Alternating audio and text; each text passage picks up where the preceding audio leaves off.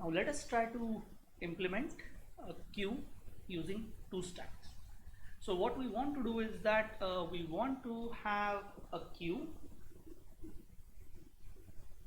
but inside queue all we have is stacks. Okay, so I have say stacks S1 and S2. Okay. So in the first iteration that we do now, we will do a very naive, simple implementation, and then we will see if it can be made more efficient. So what I want is, given two stacks S1 and S2, I want to emulate the behavior of a queue. So let's draw our two stacks S1 and S2.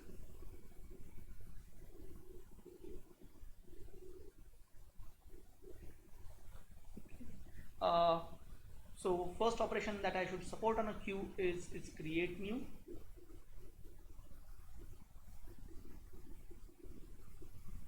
With certain capacity C. In that case, what I will do is I will simply go and tell my stack S1 to create new with capacity C, and similarly for stack S2 create new with capacity C. Okay, so that's the way I will do it, and then I'm done. Okay. Then the next question I have to answer is my queue empty? And the way I'm going to implement in this iteration, I'm going to say that all the elements of my queue, they are going to stay in stack S1 only. Okay. So we'll use stack S2 only as a temporary storage. Okay. So if there is anything in the queue, it will stay in S1. So in that case, it's very simple, right? So I'm simply going to return the result of S1 dot is empty, and that's it. That's my is empty. And similarly, then my is full operation would be check the status of stack S1. So simply return S1 dot is full. Okay, that's my it's full operation. And now I have to implement add and delete. Okay. So again, to revise what we have done till now, given two stacks S1 and S2, we have to emulate the behavior of a queue. So in this iteration of implementation, we are saying that we are going to use only S1 for storing the queue elements and S2 as a temporary storage. So I created a new empty queue by creating two new stacks of capacity C, exact same capacity, and my queue is empty if my stack S1 is empty, and my queue is full if my stack S1 is full. Okay. And now I am having the add operation with value V. Okay. So what I should do is I will check if my S1 is full, okay, or if my queue is full. So I'll have the same thing. If I'll call the is full operation on my queue, and if that happens to be true, in that case I would return error. And if that is not the case, in that case what I will do is I'll simply do S1 dot push of value V, and that's my add operation. And what will happen for delete? I'll do the same thing, right? I'll check if my queue is empty. So if is empty on my queue, if it happens to be true, I should return error.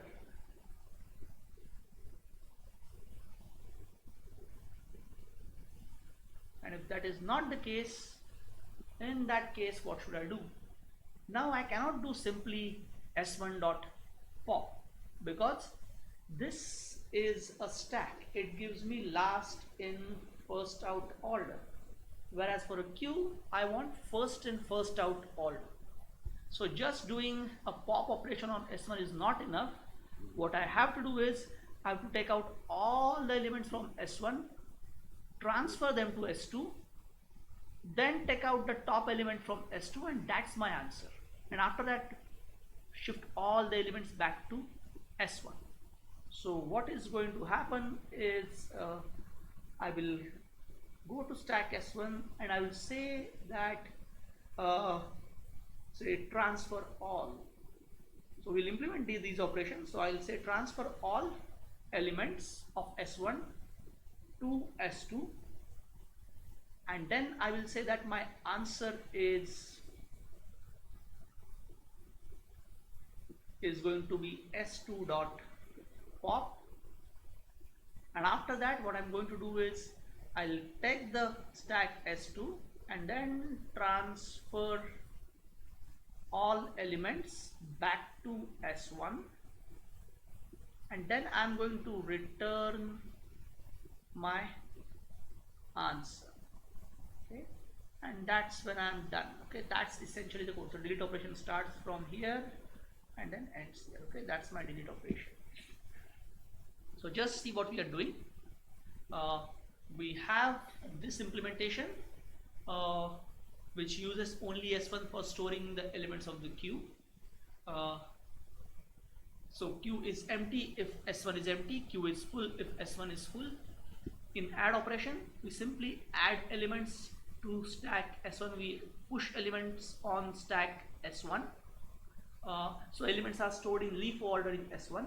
When we want to delete, what we have to do is we have to get the bottom element in our stack.